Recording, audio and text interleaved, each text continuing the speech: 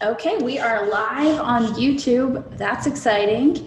It's the last OpenJS Foundation Cross Project Council of 2020. Yay! We're all excited, aren't we? It's been a great year. So, and I'm happy that I got to spend so much of it with you all. We don't have Joe today, so you have Robin and Jory hosting you. We begin with announcements. Any announcements for today? We do have a marketing committee today at, I think it's 3 p.m. Eastern. So if you would like to join us there, we would love to have you. Super duper. Also, we have a standards committee meeting, which is on our working group meeting, which is on our public calendar. I think we've just made the decision to cancel that. And I think Robin and I are going to do a work session based on some work we started last time. So if then you happen to be interested in that working session, you can go ahead and join me and Robin. So that's what we're going to do during that period. And then also just a reminder to our CPC members, Rachel's been sending out these great content prioritization emails, and for our projects, it's great to let her know what's going on in your world. We've had some exciting project announcements in the last couple of weeks. Make sure to share with her so we can get that on our promotion kind of schedule and get that blasted out to as much of the community as possible. But yeah, I think this is going to be this is basically the last week before everybody goes into winter solstice hibernation mode, and then we see each other in 2021. Isn't that exciting? Any updates from the board? Any board news, Mr. Dawson? Nothing new this week. No news. Good news. No news. That's right. Yeah, that's what I always say. Okay, cool. All righty, let's get into the agenda. And I'm somehow on the wrong agenda, and we're somehow working off the wrong agenda today. I'm sorry, everyone. We are adding our notes to the standards working group meeting notes somehow, some way. That's my fault. Let's fix that really quick, shall we? Sheepish Jory. See, this is what happens when Joe can't make it because he's on vacation. Jory messes it up. Yikes. Yikes, everyone. Apologies. Here we go. Hello. Okay. Now we're in the right document. We begin with issue number 688, December CPC meetings. This is the last one. I think this issue can be closed unless anybody else would like to have any continued, I guess if you want to meet next week, you can have a non-official meeting. But any qualms with closing 688 since we decided last time this was the last one? Wait, I'm sorry. Did you share the new doc on which we're supposed to be instead? I thought I did, but I maybe did not. Okay. Oh, okay. There we go. Yeah. Thanks. Send it to someone individually instead of everyone. That's womp womp. Okay. Here we go. All right. 688, again, December CPC meetings, those are done. So let's close this issue and be done with it. Prepare to open nominations for the second board seat. So as a reminder, we have a couple of community seats, one held by the fabulous Michael Dawson, the other held by the fabulous Chris Borchers. Chris Borchers' seat is, his term ends at the end of February, and so we want to get out ahead of the nominations for that. This is mostly a tracking issue to make sure we stay on top of it and don't don't lose track of time. I guess one question we could answer today is when we would like to, say open that call for nominees, like by what time, and that would be a great choice or a great thing to document today. When do we think we want to open that? Just mid-January. Yeah, I'd suggest very beginning of January at this point.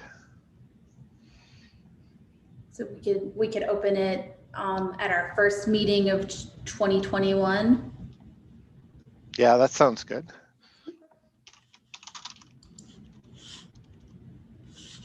Sounds good to me as well. I think we've had some documentation provided, just about what it means to serve in this role, sort of the expectations, that kind of thing. And then Michael, and I know you've offered to be a source of help for anybody who may be interested. So yeah, if anybody has any questions, I'm happy to chat with them. And just to remind ourselves, this is the elected board seat from the CPC members. Is that? That's right, the CPC representative, right? Great. So if you're interested, make sure you're joining and participating in the CPC and reach out to Michael with questions. All right, number 680. This is about our new meeting cadence for 2021. We've been meeting weekly since like mid 2019, with some exceptions because of holidays and that sort of thing. That's a like really impressive amount of of meetings and work that we've done. We've noted that our program has sort of shifted. We're able to do more things asynchronously. Meetings maybe not needed on a weekly basis, and I think folks also appreciate time back for working on said programs. So Joe has opened an issue from November, which describes the new cadence that would happen bi-weekly, and we would alternate times so that we are helping to hit multiple time zone, times that work for multiple time zones. So week 1, we would do 1700 UTC. Week 2 could be off time for working meetings or ad hoc meetings as needed. And then week 3 would be 1900 UTC for another cross-project council meeting and so on. That would start if we are, and let me just go double check the calendar really quick so I don't say anything wrong. That would start on January the 5th, or sorry, yes, 5th.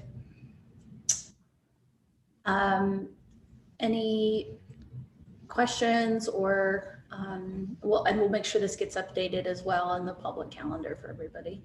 So you can subscribe to clarifications or issues or concerns or anything like that. I'm just wondering, Jory, if what we've set up for the AMP advisory committee, we have a single issue that lists, or was a table that lists every meeting in the year, would actually make work or useful for this particular group. So that's just up in the air, like a comment like that. That's a great idea. So Toby's talking about an issue that's penned in our AMP AC repository, which is basically the year plan for advisory committee meetings. And it just sort of is a table where there's the date and the time and the issue link. So you can see pretty clearly, like, here's the rundown. And it's pinned, and it's kind of, I really like it, frankly. Do people look that far ahead? Like I know I never look more than a few weeks ahead. I'm just on Toby's I look question. that far ahead. Yeah. Okay. Yeah, I mean, what's interesting is when you move from the perspective of a weekly meeting to week meeting every other week, plus there are holidays and stuff, it suddenly actually shrinks the number of meetings that you do in a year quite a bit. You end up with like 20 roughly. And 20 isn't, like isn't that much when you like, oh, there are like 5 CP or like 3 CPC meetings before like the the OpenJS conference or before this particular event. So it's kind of nice to have that a really easy place to get this information like really sort of like in your face.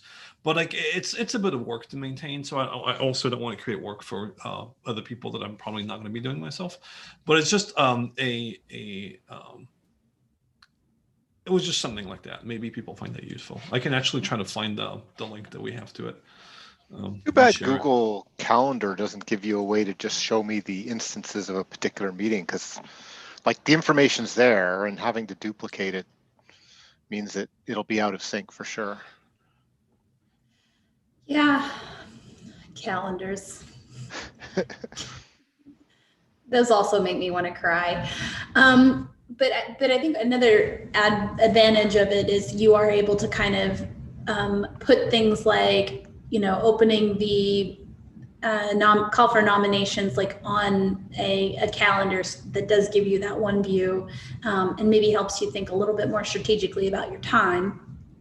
I'd love to give it a try, and I don't mind taking a stab at opening that, and then if hopefully people like it. And I've added it to the chat here. I'll add it to the doc just as an example. Thank you. Sounds good. If you're happy to do it, then. No we have a lot of other working sessions with the event and things like that. So you don't have to, if you want to drop in and get more detail, you're welcome to do that or attend every week or every other week as well. So we're super flexible, but yeah, I think every other probably would be good. Right. Let's move us on to the next topic. Thank you, Toby, for that addition too. Review individual supporter program designs. We did that in a private session last time, and because we are expecting some news about that this week, we won't do that on the call. I think that's part of the big surprise. So we'll take a little bit extra time and just show folks maybe today who weren't able to make it last week. I'm so excited about this, y'all. But yes, so be on the lookout for a special announcement on that program very soon. Moving on to number 650. Proposal to remove the growth stage. And Toby, you're here today. So I think one of the reasons this hasn't progressed fully is we had some conversation with Chris Hiller, who is here as well, and feedback from Christian and some others. And I think we were waiting to sync up with you too. And then, I see also Chris just approved these changes. Thank you, Chris. So I think with Chris's approval on that PR, we may be good. Is that your assessment as well, Mr. Hiller? Yeah. Cool. So I also wanted to give you feedback from the AMP TSC, but the end of your meetings have been shifting a bit. And as a result, I won't get that feedback until early next year. And so if that can wait a bit, I'd rather. And if we just want to move ahead and go ahead, I think that's fine too. I don't think that the TSC will have, the AMP TSC will have a very strong point of view on this topic, but I might be wrong. So I don't want to hold everyone back as sort of like my position right now. But I would appreciate if we could move this to like making a final decision in mid-January. That Do you makes think- sense to me. Also, me, I also wonder if you think it's likely that there may be just other delays, if they would be willing to consider this via email, or if it's maybe too out of reach for them. So discussion in person is necessary. Yeah, I haven't had a lot of success getting conversations happening over email with that group. Okay. Well, I don't think that this is like must be closed in 2020. Like there's no timestamp on it. Just to recap for those who are tuning in, what we're talking about is dropping this as a stage and rather treating growth as a process or a function that is available to all projects who want to achieve some set of goals. And Chris was kind enough to provide some feedback that polished that even further, where we're now talking about developing sort of template process for the at-large project that wants to move to impact stage, or the at-large project that wants to grow the number of parties on their technical steering committee, or whatever that goal might be. So I think those are going to take some time to come up with anyway, and so I think makes sense to me.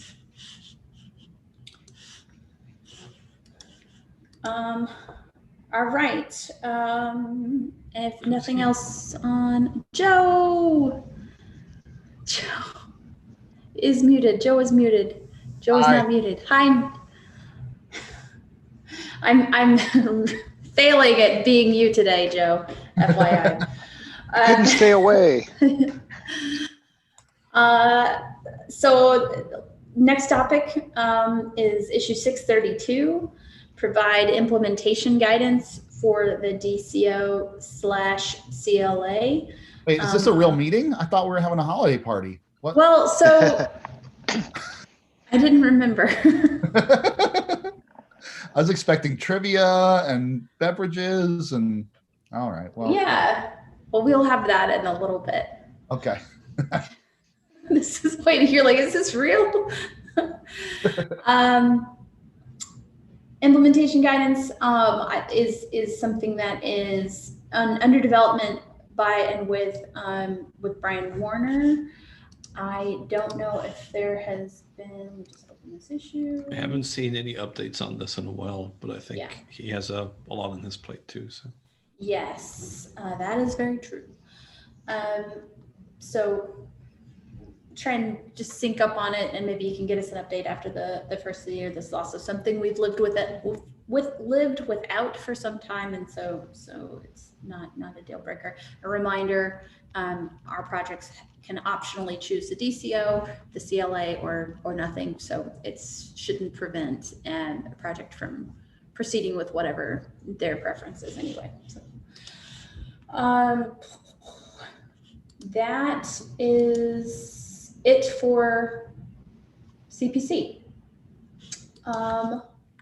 Moving on to the project status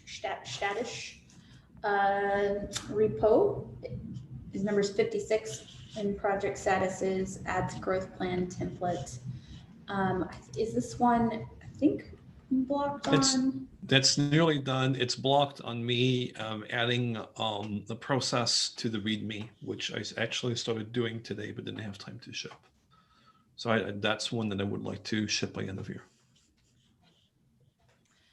I'm laughing because Sarah said A- party, but would party again. I think that's fair. Okay. So it's blocked, but no rush. Okay. Well, then this is it. This is our agenda. We did it. We've got through all of the items. Woohoo! Woohoo! And now we can party. I'm wondering obviously if you have to drop and go do something that's important for work or whatever before the end, before you're done with your year, please feel free to do so. But I wondered if we could take a minute and just celebrate some stuff that we did this year, because it's pretty awesome. I think we did some first off, thinking all the way back to June-ish, which feels like 3 years ago, but was actually only 6 months ago, pulling off the virtual OpenJS world, kind of shifting and kind of adjusting our program for the Collaborator Summit to an online experience seemingly on the fly. I think that went really well. I think back on that time, and I'm still thinking about some of the talks that we had. So that's one highlight for me for 2020. I'm curious what y'all's OpenJS or project highlights even for 2020 were. Wow, 2020. We had Electron and AMP, and we've had more. We've had a lot of great projects. A lot of great customers bragging about how they're using our projects, which has been really fun. I think we've had 11 case studies so far, which is pretty impactful on what you all do. Getting AMP and Electron through incubation and fully into the foundation, that's really pretty cool. And then now we have some other incubating projects that, obviously Fastify and NVM were two early ones that went through the process. I think we snuck those in right at the end of 2019, beginning of 2020. I don't know.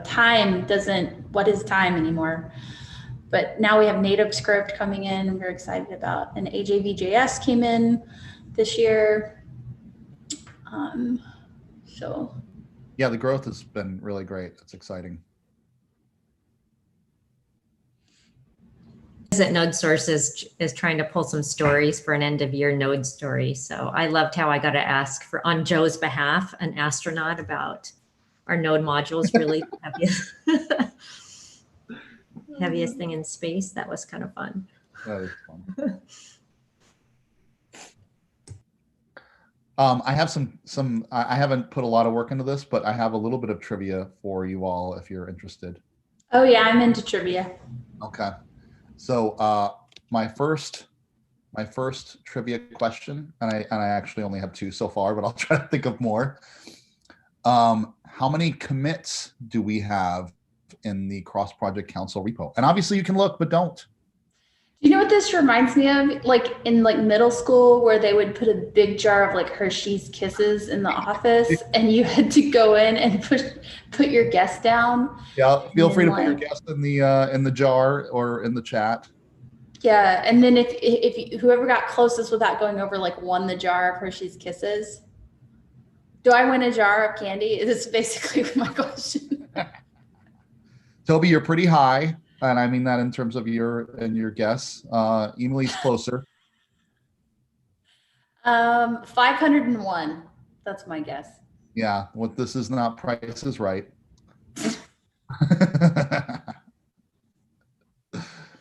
All right, I will share the correct answer. The amount of commits in the CPC repo is only 376. I thought higher at first too, and I looked and I was like, oh, that's surprising.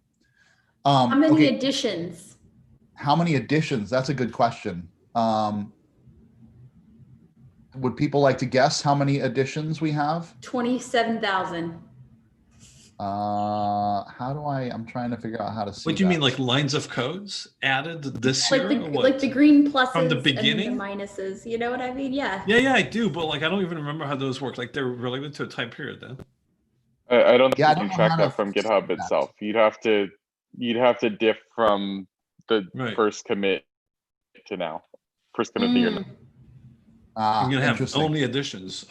I have a feature request for. You can use the compare URL to compare between specific dates or commits on specific dates, and I believe that'll show you the stat. If somebody wants, it'll be undercounting though, because we could tribute that. I love how we're having a conversation about how to do trivia properly. Should we open a pull request about this? You used to be able to get that from GitHub, but they Can we shortened the all vote timeline. on this topic, please? All right. So if somebody wants to No. look We at, need to reach consensus. This is the nerdiest conversation, y'all. Okay. This is 2020 in a nutshell. yeah. Can't even do I trivia properly. I have another bit of trivia here pulled up if we want to try it and somebody can look at that. Does anyone know when the first commit was and who authored it? The first commit to Cross Project Council or repo. Correct. Yes. Okay, well, it's Miles for sure is who authored it. Like that's like in Yeah. my soul, I know it's Miles. No. Nope. I'm wrong. I've got to question everything now. There's the hint is that the person who made the first commit is in this meeting right now. Was it me? It wasn't me. It was It was you. not you. It wasn't. It was Michael. It was not Michael. Was it me? It was you, Tierney. What? Wow. Sure. This is the initial commit. Dropping in the chat there. This is October 13th, 2018. Foundation Bootstrap Committee. Wow. Cool. Great read me, Tierney. You need to go update your LinkedIn now, Tierney. Yeah. First So that's commit. Or we can, yeah. All right. I can't say that yet. Now should I try to diff between this and oh, Darcy commented, good job. Is it possible? How can I? Yeah. Anyway. So that's fun. That's all I have though. I'll try to think of more trivia while we're hanging out. How many people are in don't cheat? And I actually don't know if this is something y'all can all see. You should probably all be able to see this. How many people are in our Slack channel for the OpenJS Foundation? Good question. I'm gonna drop a number in here. In the CPC channel or the overall org, the entire org? On the org, like in the whole workspace, like you've joined, you know. So I think by default everybody joins general. Yep.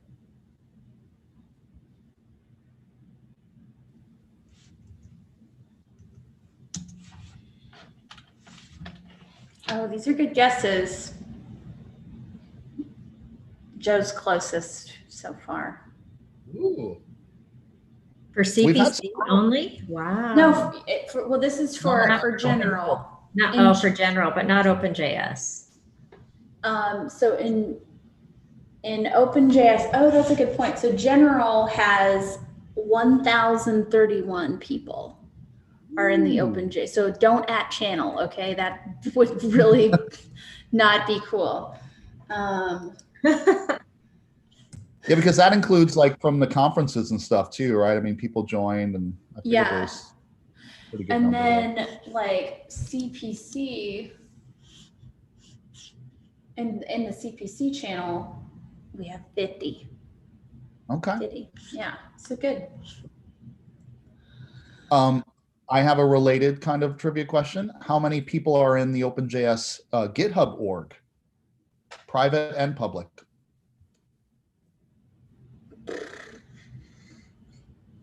It's a much lower number, by the way. So these are people who are like members of the org, and they have either said, yes, make me public, or no, don't make me public. Yeah, and they have that public-private toggle. I'm going to cheat. Sorry. I'm going to go look. 42. That's a Sorry, decent I can't type. I can't type because I'm carrying pizza because it's a party, right? I wish I was you right now. I always wish I was Emily.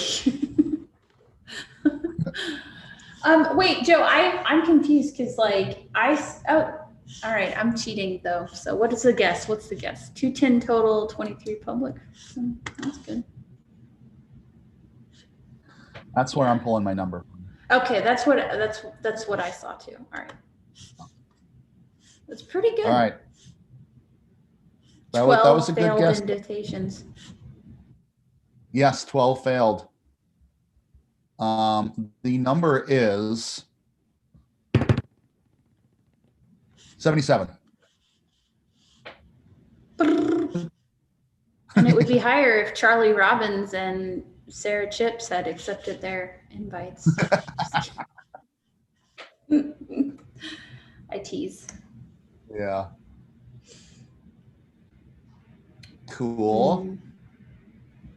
How many AMAs did we do this year? That was another fun thing that we did this year that I think worked really well, was our project AMAs. Did we end up, we had a goal of doing like one a month. Yeah, one a month. I have to see what we didn't do one a month though. Came close though, because we did Node, we did Mocha, we did jQuery, we did Dojo. Certification. Yeah, certification. Oh, certification was cool. Yeah, that was cool this year. We did an AMP one. Hey, did we need a private session today? Oh yes, Divya did ask for private sessions, so let's wrap in like a couple mins and. There was a security AMA as well. So yeah, we did security counting. AMA. Oh yeah, Marcine's work on the security policy was super helpful this year. That was great. Celebrate the security working group for all the help they. That's good. The code of conduct work was cool too. I'm excited for collaboration spaces next year. I'm real excited for that, and for the thing that we're going to share later. I'm way excited for that. Yeah. Definitely. And also the work that we are starting up for 2021 in the standards working group too. I think there's a lot of exciting possibilities, and so. Could we have that group sort of give a, I don't know, quarterly or twice a year sort of update to the CPC on what they're working on? Yeah, I mean, and I can, share, I think, two super quick, because not that we had a whole lot of stuff that we took up, especially at the end of 2020, beyond like the planning stuff, but right now, OpenJS Foundation has non-for-profit or liaison memberships. So these are basically cost-free memberships or low-cost memberships with ECMA International, which is the TC39 group, the Unicode Consortium, which Emily and others are really involved with, and the W3C. So those are our primary spaces. And then what we're talking about is really focusing on a specific sort of programmatic strategy, if you will, for 2021 that will better help clarify how foundation projects can get involved with these organizations and learn about things that may be important to them or impact them or what have you. So we're going to go talk to each of the projects about the ideas that we came up with and see what the projects are excited about. And we're also going to hear from some experts at the Linux Foundation in the next couple of weeks, January, to find out more about things that are going on there at the kind of parent org and see how projects can take advantage of that. But I think you're spot on, Toby, some kind of quarterly, just, I mean, it feels like it's work that's relevant to a bunch of folks that are here too, but like I don't really have to, for example, like I don't really have the time to go into that group and sort of like be in that group on a regular basis too, but be sort of aware of what's going on from like a bird's eye view would be really valuable to me. So that's kind of what I'm asking for, essentially, if that would be possible. I think anything is possible at ZomboCon. Maybe just share the notes from the planning meeting. I know they're on the standards repo. They might be buried a little bit, so we can link to those or share those in the channel.